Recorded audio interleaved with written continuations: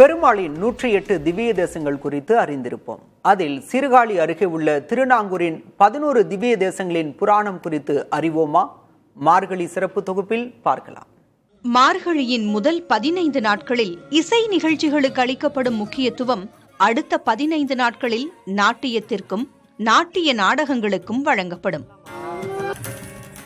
Chennai music அகாடமியில் நடந்த ஸ்ரீதேவி நிருத்யாலயாவின் ஏகாதச விஷ்ணும் நாட்டிய நாடகம் இந்த மார்கழி சீசனின் குறிப்பிடத்தக்க கலைப்படைப்பாக அமைந்தது. திருநாங்கூர் 11 திவ்ய தேசங்களை விளக்கும் நாட்டிய நாடகத்தை இக்குழுவினர் அரங்கேற்றியிருந்தனர்.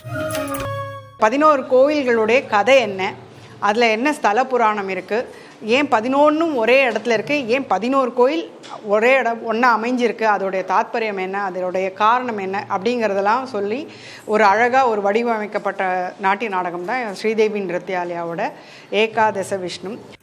எந்த இடைவெளியும் இன்றி 2 மணி நேரம் துல்லியமான ஒருங்கிணைப்புடன் 66 மாணவிகள் இணைந்து அரங்கேற்றிய இந்த பிரம்மாண்டமான நாட்டிய நாடகம் காண்போரின் கண்களுக்கு விருந்தாக அமைந்தது.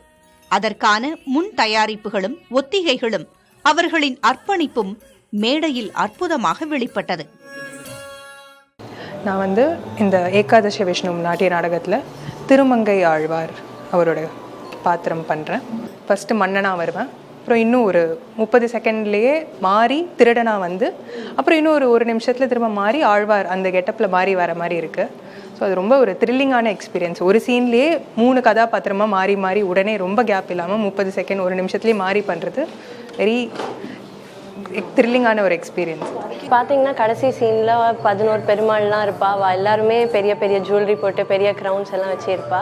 அதை நாங்கள் ஃபஸ்ட்டே ஸ்டேஜில் பண்ணாமல் வி ரிஹர்ஸ் முன்னாடியே ப்ராக்டிஸ்லேயே we wear the costume, we wear the jewellery and rehearse with that. So that ஸ்டேஜில் ஃபஸ்ட் டைம் ரொம்ப கஷ்டமாக இல்லாமல் ரிஹர்சல்லேருந்தே அது பழகி நாங்கள் we get used to it.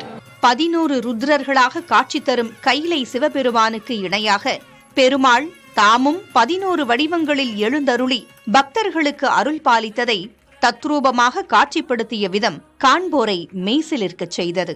புதிய தலைமுறைக்காக ஒளிப்பதிவாளர் மதன் மில்லருடன் செய்தியாளர் திலகவதி.